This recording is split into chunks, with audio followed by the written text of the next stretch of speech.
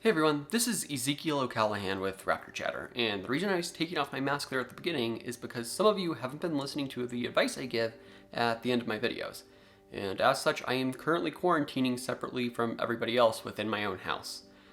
That said, we are going to still try and record and get out some content, including what I thought was some of the most interesting overall arcs in research that I saw in 2021. Now, I was part of Paleo Rewind, hosted by Edge's channel already, but these are just some of the more broad scale things that I saw throughout the year that couldn't be addressed in that kind of monthly format. So let's get started. We can actually start seeing a few papers that are about the potential start of life, or at least parts of the start of life. For example, there was not a fossil, but rocks containing water that's 3.5 billion years old, and these are preserved in the mineral barite. Now, these formed during hydrothermal events, so essentially hydrothermic water was pushed up to the surface and barite started to form. Now, within some of these barite crystals, water was trapped, and because the crystal formed around it, it was isolated for those 3.5 billion years, meaning whatever chemicals are in that water are going to be pretty much the chemicals that were there 3.5 billion years ago. And there's some pretty interesting things there. Some of the chemicals found in this water include things like methane, hydrogen sulfide, carbonyl sulfide, but also importantly vinegar, because vinegar actually helps many of the early bacteria start to actually produce their metabolisms. So having that present is a good indicator that this water had all of the chemicals that were necessary for life. They just weren't all put together in the right way yet.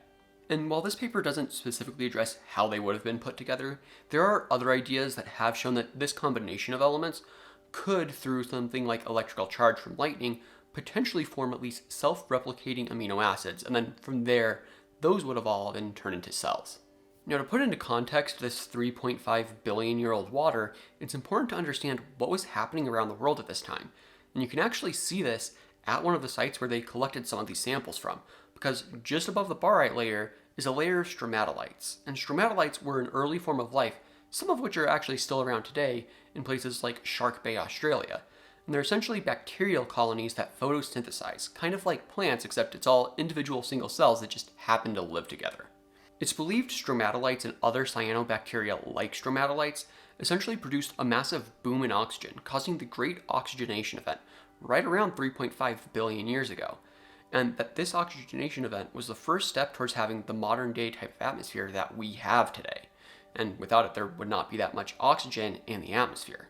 A new paper has suggested why they were actually able to do this, and why it actually may have taken until this time period for some of these stromatolites to start producing so much oxygen. And it actually has to do with the length of the day. 4.5 billion years ago, the Earth's normal average day was about 6 hours, which, if you noticed, it's not that short anymore, closer to 24 hours. But tomorrow will be the longest day ever, because every day the Earth's rotation slows down by just a tiny fraction.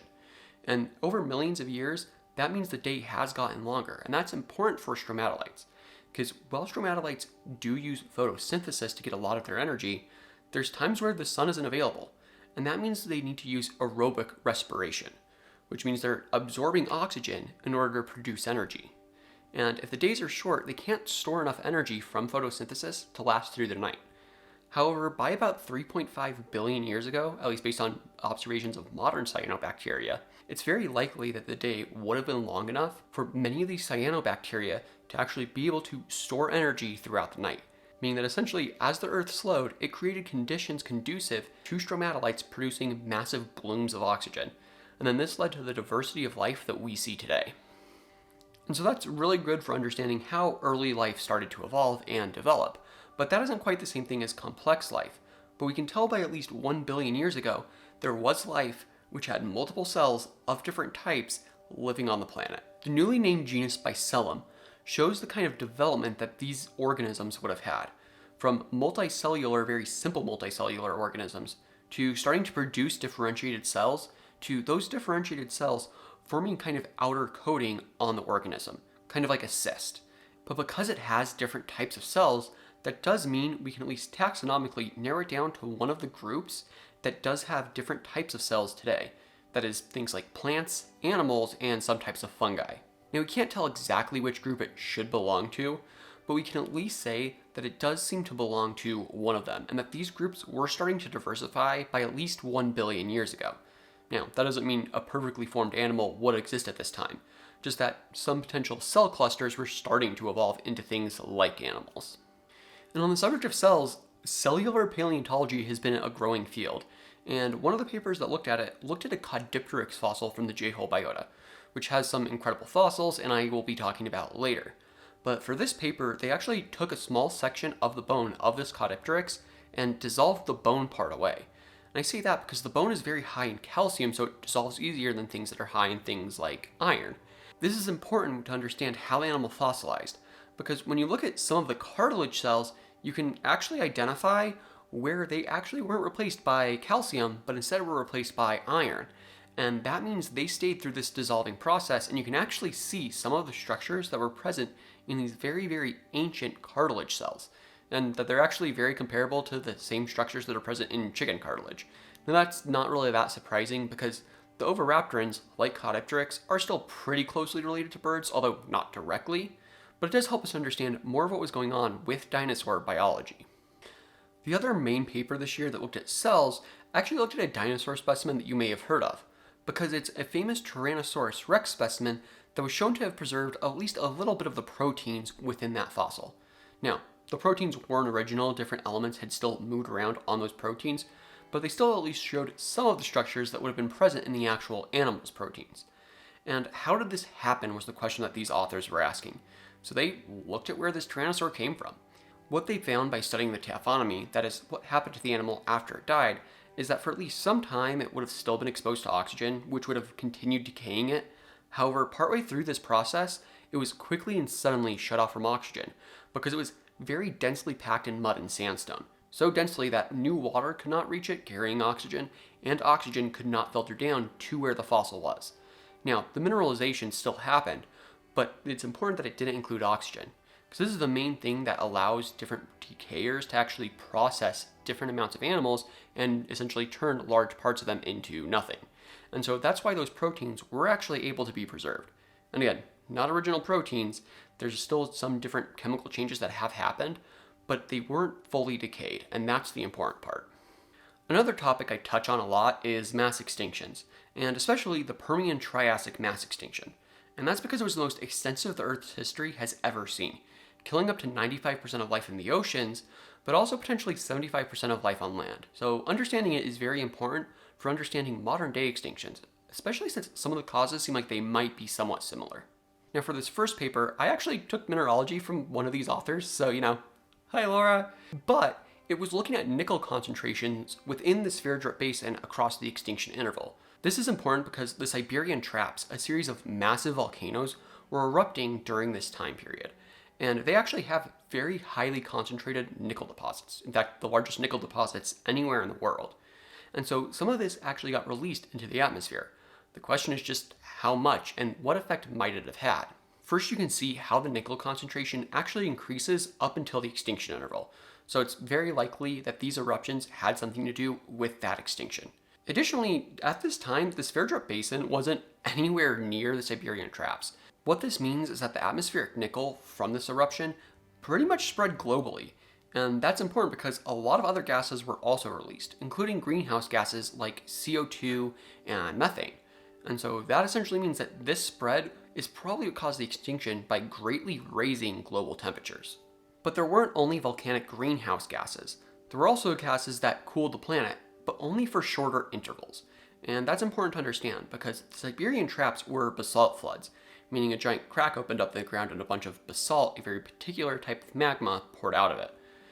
This type of eruption, though, was more felsic, so think of something more like Mount St. Helens. And while that's a very big eruption, it's important to keep in mind that this also would have released a lot of ash into the air, as well as sulfur. And sulfur's really good at blocking the sun, as is ash.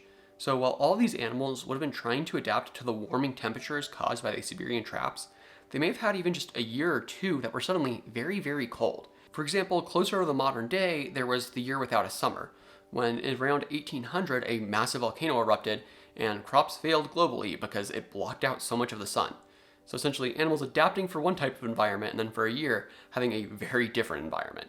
It's something that's not that conducive to actually supporting the types of evolutionary adaptations that we expect animals to start adapting for when environmental change is occurring.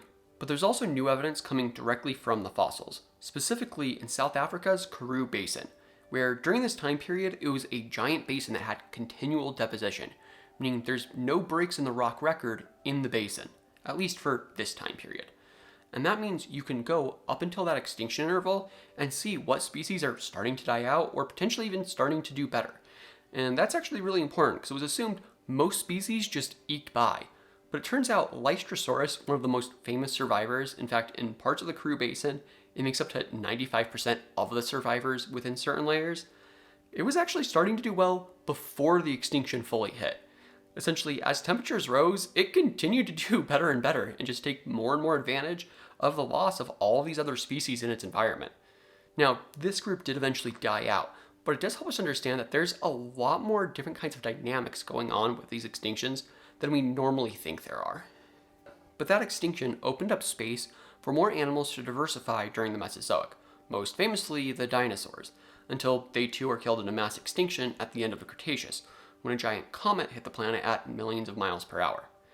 However, I do say comet very specifically, because a team actually ran the statistics, and what they found is it was most likely a comet.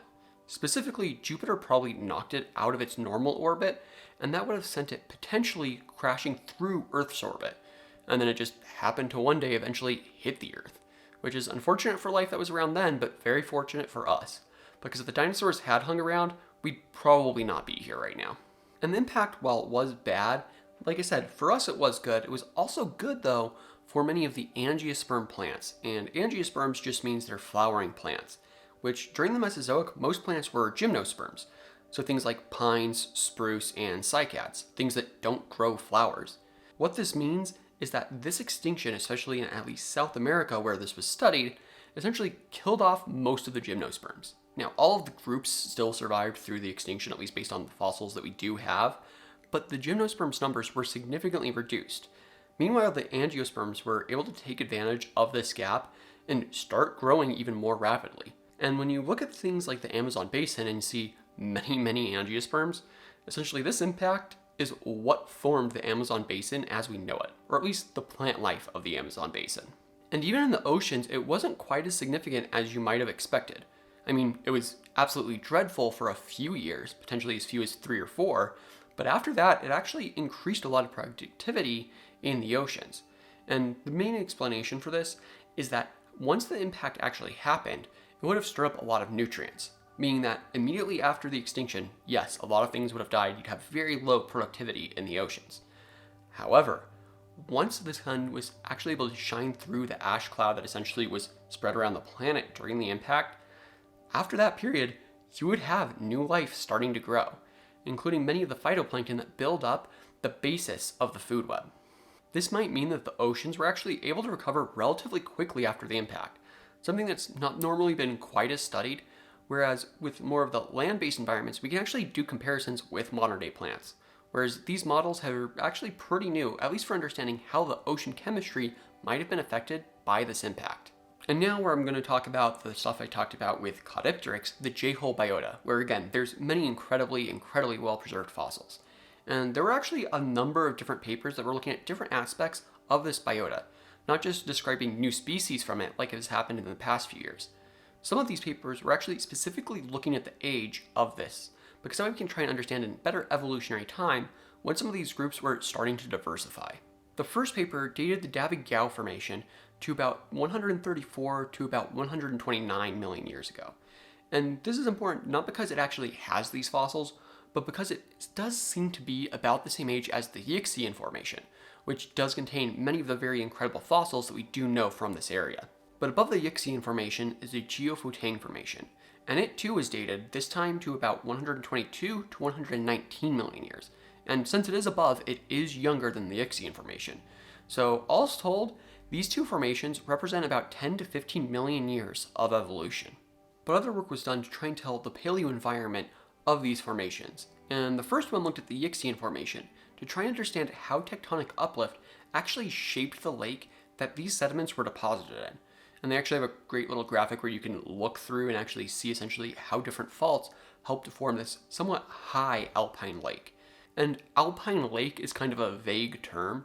However, there was a paper that tried to distinguish exactly how high it actually was, and this was done by looking at isotopes that do change with temperature. So they estimate that the lake was at about 3,500 meters. But as for what temperature that would be, it means it would average about 6 degrees Celsius throughout the year, so about 40 degrees or so.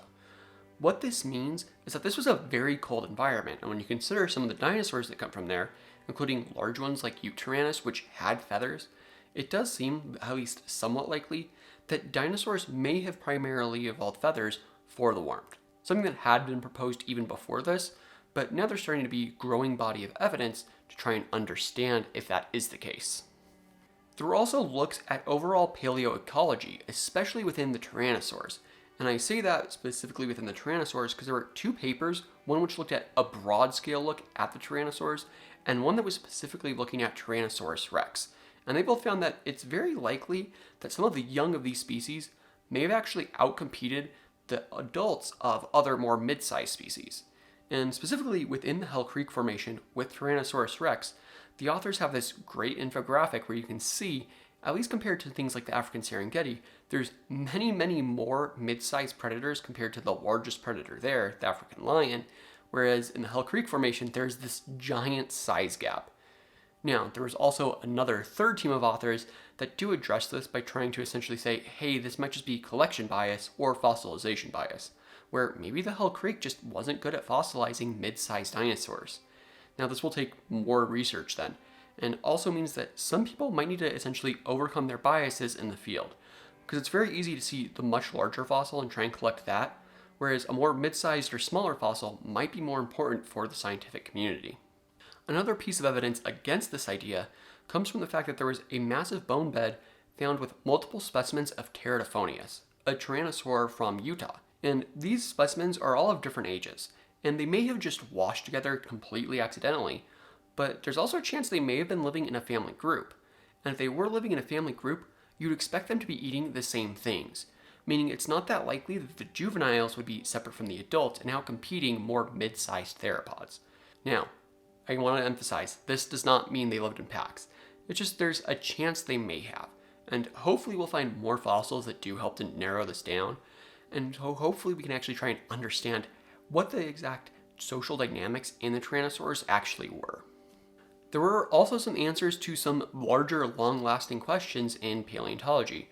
One of the most notable of which is about ammonites, because ammonites, as they evolve throughout time, they get more and more complex sutures. And that's those little lines that essentially separate different chambers within the shell. And the long-standing question has been, why is this the case? Why do they get more complex? And one suggestion has been it may have helped them deal with higher pressures in the ocean better, but most evidence doesn't support that. But now new tests were done to see how it would have helped with gas exchange. What they found is the extra surface area from these squiggly lines would have helped them actually exchange gas with the ocean water even better than other animals do. This means that they would have been able to still exchange gas more effectively than other animals that had similar systems, such as the nautiloids. And so this would have made them more dynamically buoyant, making their body more dense in order to sink, or lightening it and making it less dense in order to float and rise to the surface more quickly than in other animals that have similar body plans. Within the same oceans that the ammonites were swimming in though, there were also giant predatory lizards, the mosasaurs. And like most marine lizards today, most notably the sea snakes, it seems like they would have needed to go to river mouths to get fresh water, at least some of the time. Now this is because freshwater and saltwater have some different isotopes, and by tracking the isotopes in the bones, and more specifically the teeth, the authors were able to tell where these animals were spending their time. And this is very important because we're fortunate that mosasaurs actually had a very cyclic pattern to replacing their teeth. I mean, you can actually essentially track through time 6 months or so of a mosasaur's life. And it seems like every other week, there was this repeat of more freshwater-like isotopes, meaning that essentially every other week, mosasaurs had to go somewhere with fresh water, drink a bunch of it, and then they could go back out to sea to try and feed later on. The same idea of isotopes in the environment being incorporated into an animal's body can also be applied in other places, specifically with the element strontium, because strontium is pretty rare and varies very widely from one location to the next. That means if you have a good understanding of where different strontium concentrations are, you can understand where a fossil animal was. especially if it has teeth that grow for a very, very long time. For example, the tusks of mammoths. And that's what these authors did. They sampled a mammoth tusk at many, many levels, and were able to essentially track where this animal migrated. And they have a graphic where you can see that it spent its time throughout much of Alaska. It didn't necessarily just pick one specific area to live its life. This also potentially has implications for why they went extinct, because at the end of the ice ages, a lot of the grasslands that they relied on essentially started to die, and forest growth started to move in. And so if you have an animal that's adapted to grasslands and suddenly there's a forest there, it's not going to do as well. Especially if, like the mammoths, they needed these wide, large open spaces. So it seems like the forests may have killed the mammoth. And the last paper in this section didn't really answer a large question about how these animals would have lived, but it does at least start to lay down the framework for this, because it actually looks at a different type of methodology to try and use different morphological features to understand what different birds eat, both in the modern day, but more importantly, in the fossil record. Because if we can try and identify what the first birds were eating, it might actually help us understand why they eventually took flight.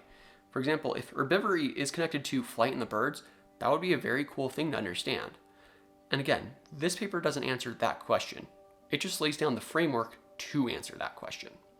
Now, there were still other papers about some more of the daily lives of certain animals, including Spinosaurus, which I have an entire video on this paper. I recommend you go see it. I will say I had a lot of comments that next they'll find out Spinosaurus had wings. And I'm a little bit bitter about this animal because of that, but also that video did really well. So I'm still proud of it. You should check it out because I explain a lot of the data that went into this paper there. But it can suffice to say that it seems much more likely that Spinosaurus, rather than being a hunter in the water, swimming through the water, it was much more likely something more like a heron, where it could walk to the water's edge and strike at fish better than other dinosaurs that are only land-based could. But then if it needed to eat something on land, it could cross land better than things like crocodilians, which were more tied to the water, could. So it kind of filled in this kind of middle ground niche between these two different morphotypes. And because of that, they were able to become very successful, at least within some river systems. There's also a look at pterosaurs, specifically very, very young pterosaurs. Pterosaurs in the eggs sometimes even. And this study was done to try and understand how much weight the wings could actually support when they were newly hatched.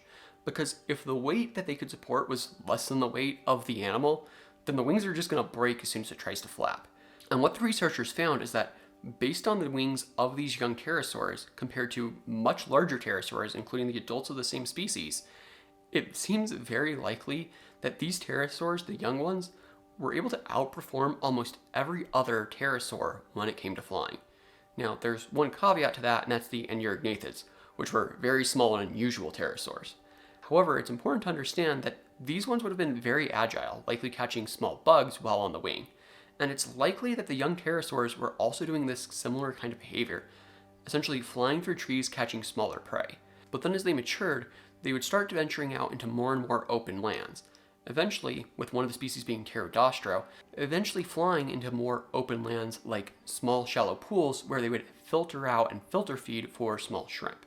And this same logic probably applies to things like even the largest pterosaurs, such as Quetzalcoatlus. Because Quetzalcoatlus was very large, but it really couldn't lay large eggs. There's a limit to how large your egg can be. So it's very likely that the first very small baby Quetzalcoatlus were still flying through trees like these other animals, but eventually would grow into behemoths that would fly through the open skies and potentially across the world. There were also pterosaurs taking adaptations into new environments, or not necessarily new environments, but at least new adaptations into environments they had already been in, specifically with Cungpenopterus antipolicatus. And the antipolicatus is the important part here, because it has the Latin root pollex, or thumb, and anti, meaning opposable. So it had an opposable thumb, kind of like we do. This is really interesting and comes from a single specimen that is actually preserved with a thumb in a position that does help us to understand this. There's also another species of Cungpenopterus, which is already described, named Cungpenopterus sinensis. And it doesn't show this, but that could just be a preservational bias where essentially its thumb didn't line up the way that it did in Antipolicatus fossils. So it seems very likely that at least some of the pterosaurs were starting to take a more tree climbing approach and moving through the branches and then only flying when they really needed to. Other really interesting fossil finds include things like a description of a Psittacosaurus, which was already described, but this paper specifically described its butt, because this Psittacosaurus was fossilized with skin and even some feather-like structures. But within that, you can actually see its cloaca. Because it's a reptile, it doesn't actually have a butt. It has a one-stop hole for pee, poop, and anything else it might need. Unfortunately, it's not preserved well enough to understand exactly which sex it would have been if it was male or female. However, we can at least start to say some things about their behavior, because there are some large glands around it and it is distended from the body. So this probably means they were using a similar kind of musking system that some crocodilians do today. And so we can see where some of these behaviors from their common ancestor may have actually spread down the dinosaur tree and down the crocodilian tree while still having that common ancestor from back in the Triassic. There's also a look at a very, very old dinosaur. Not because it's from the Triassic or anything, but because it, as an individual, was pretty old. Most animals die before they reach the oldest limits of what they can reach, if they had no natural predation and had plenty of food. And this is the first time we found one where we can distinctly say, no, this was just an old dinosaur. And that's because of some different features. Most dinosaur bones we do find have lines of arrested growth, which essentially show when growth slows down every single year. This dinosaur doesn't, because once it reached full size, the bone starts actually to reshape itself. And that's an internal structure that is reshaping itself because there's new internal bone growth. So all of those lines of arrested growth that we would expect are just entirely obliterated by this process. Additionally, there's some growth on the bones which are indicative of a type of arthritis. So again, this is a very old dinosaur. I have an entire video on this one as well, so feel free to check that one out. And another paper that I did a separate video on looked into the lungs of dinosaurs. I mean, not literally into the lungs because they weren't preserved, but they were able to put a fossil through a particle accelerator in Europe, and it was able to map out some very, very small and fine gastralia or belly ribs. And what these show is that this dinosaur, Heterodontosaurus, probably breathed a lot like we did. And what that means is it would have had muscles running up and down the ribs that would have physically expanded the chest and, by extension, the lungs. This is different than what we see in later hadrosaurs, where they don't have this gastralia. So what they probably did is just had a single large muscle attaching to part of the pubic bone and then to the back of the lungs. And they could pull it all the way out in order to try and expand their lungs and then let it go in order to deflate the lungs. So it really helps us to understand how dinosaurs actually evolved different styles of breathing depending on what situation they were in. Again, check out the video because I actually go over a couple of other animals and how they breathe differently and how we're able to tell some of the different structures that do exist to understand this paper better. As I mentioned earlier, some dinosaurs in the Jehol biota lived in a pretty cold environment. And there's also some coming from Alaska, which based on some eggshells and very young dinosaurs there, likely nested there. And this means they probably spent a lot of time there, meaning they probably did not migrate out of these cold areas during the winter. And they could have been potentially as far north as parts of the Arctic Circle.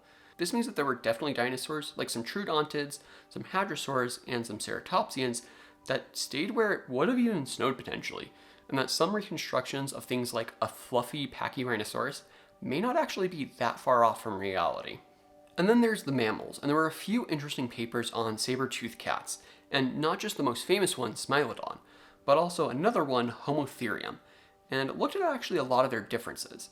And this is because there's a cave in Texas where many Homotherium, or at least juvenile Homotherium fossils have been found, as well as some fossils of juvenile mammoths. Which begs the question, did Homotherium drag the juvenile mammoths into this cave site? And based on the fossil evidence in this paper, yes. So if you remember when I talked about the mosasaurs and how freshwater and saltwater have different isotopes, you can apply the same logic to forested environments and open grassland environments. And Homotherium seems to have predated mostly on animals that lived in open grasslands. Additionally, there's some tooth wear which show it was eating very tough meat. Not bone, but definitely tough meat, which somewhat implies that it was eating larger animals. Now, there's a whole host of other things that the authors do mention, and they actually have a video abstract where you can watch them describe it, because they'll do a better job of anything I do describing this paper. But suffice to say, it seems like Homotherium would have been much more at home on the open plains, hunting things like young mammoth, bison, and horses. Meanwhile, Smilodon probably would have been much more in the forests, hunting on things like tapir and deer. It's also important to note that juvenile mammoth are very big, and Homotherium was somewhat lightly built, so there's a good chance that Homotherium may have also hunted in packs, although that will definitely need more evidence so that we can actually tell that. There's also more work done on Smilodon specifically though, specifically at what appears to be a den site, with two young individuals and one adult individual. And the two young individuals have a genetic feature of an extra molar on the lower jaw, so it seems like they were probably siblings and both gained this genetic feature. Additionally, since the younger ones are still subadult, it does help us understand the overall growth pattern of Smilodon, and that they were actually somewhat similar to both lions and tigers. Now, lions have a prolonged growth period because they grow to a large size while being protected by a pack. Meanwhile, tigers have a shorter, faster growth period because they're trying to achieve a larger size. Overall, what this means is that Smilodon may have had a longer growth period because it was protected by a pride. However, the faster rate also indicates that it may have needed that just to achieve the larger sizes that Smilodon had compared to modern big cats. And these animals would have seen people in North America because there's new evidence that shows that humans were there by around 22,000 years ago. And this lines up much more with the oral histories of many indigenous peoples throughout the Americas. However, this is the first time we have hard evidence of humans being in North America at this time. And this comes from a series of trackways within White Sands National Monument, which was a giant flat playa lake. And so it seems like some of the early peoples in North America were living alongside this lake and would have walked across the parts of it 22,000 years ago. This also means that when we consider different communities in North America during the late part of the Ice Age, that we really do need to consider humans as an integral part of those ecosystems. Other animals that they would have seen would be things like direwolves, which a new genetic study shows weren't actually wolves, they're actually closer related to jackals. And it really goes to show how important genetic data is, because based on what we do know of even just modern day gray wolves, direwolves have very, very similar skull shape, which is part of why they were assumed to have been so closely related. However, again, this genetic data is pretty irrefutable, and so direwolves are not wolves, they're actually jackals. And we're really fortunate when we can get DNA evidence like that. However, a lot of times the fossils are just too old for that. For example, some Middle Jurassic mammals, and this would have been right around the time that mammals were first diversifying. And seems like at least some of them had some very convergent ear structures. Violvolodon diplomylos was found to have a well-preserved inner ear. And this is from a group of mammals that's not closely related to any modern day group of mammals. And that's important because its ear structure is very, very similar to that of the monotremes, so the echidna and the platypus. Again, not closely related. There's many other branches of early mammals that were diversifying at this time between it and the monotremes, and each one of those has different ear structure. So what it likely means is that early mammals still didn't have the modern day type of internal ear structure that we have. And so what it means is that while all of these groups were progressing to that type of internal ear structure, many of the earliest mammals weren't quite there yet. And as they diversified, that means that those different bones that make up our inner ear were able to take on slightly different shapes depending on the group. And sometimes they actually lined up very convergently. Now, the reason I brought DNA at the beginning of this is because if we did have that DNA, we'd be able to say more confidently whether or not it actually is closely related to the monotremes. Because everything we have right now is based entirely in the fossil record. So who knows, maybe they were. But what we have to do as scientists is work with what we're given. So if you followed this channel for a while, you know I like to kind of harp on about ethics. And there's actually quite a bit that was published about ethics and paleontology this year, including defining the term paleontoethics and other things that have been trying to essentially help us build the framework with which to discuss ethics in paleontology. There has also been some more direct action taken too. For example, a letter which specifically addressed the fossil Ubirajara, which was illegally smuggled out of Brazil. In the same vein of Brazil not trying to let their fossils be smuggled out of the country, there was also a fossil of Tapijara, which was taken in a police raid where these people were about to smuggle it out of the country, but then the police raid happened and they were able to actually get it and take it to a museum where it could be researched. And in fact, the authors actually made a paper specifically on the odd crest that this particular specimen of Tapijara actually did have.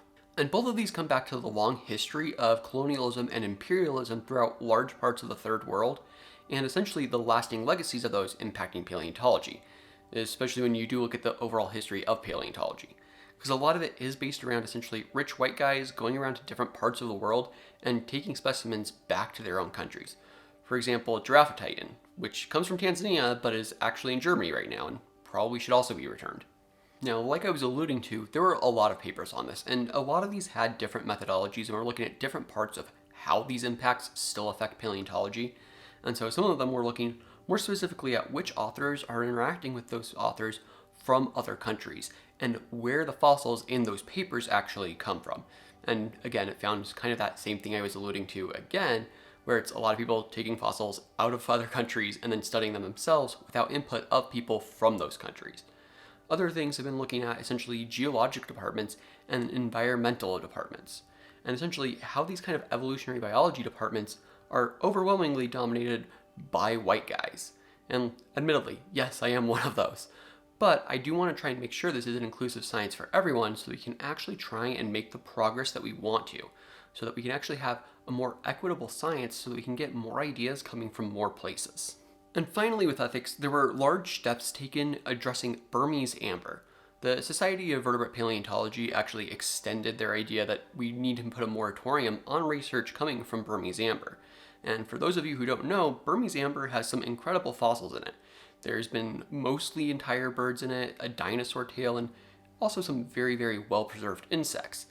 However, it's also essentially being brought out of the ground by slave labor, which isn't exactly great. And it actually comes from the Rakhine state of Myanmar, and the Rakhine people have been targeted by the military government in that country.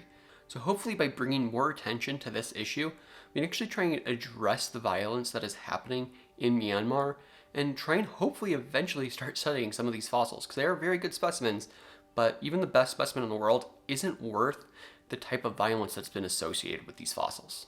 There's a lot that we could actually discuss with these fossils, but I do have an entire separate video for that, so I will recommend you go check that out, because I am very proud of that video because I feel like I explain what's happening there fairly well. Hey everyone, thanks for watching. It was a very interesting year. Like I said, there were a few things that I kind of saw as like these through lines that I wanted to discuss as a whole set of papers. And so I did that. Told you I was isolating my own house. Everyone's doing fine as of right now, as of time of recording, or at least moderately fine. No serious complications. So, we'll see how that goes. And for those of you who don't normally listen to the end of the video, but wanted to because of my start, be safe, take care, wear a mask, get vaccinated, and don't go extinct. It's a very important part. I personally don't want to, because I'm diabetic, I'm high risk. Don't make me do this.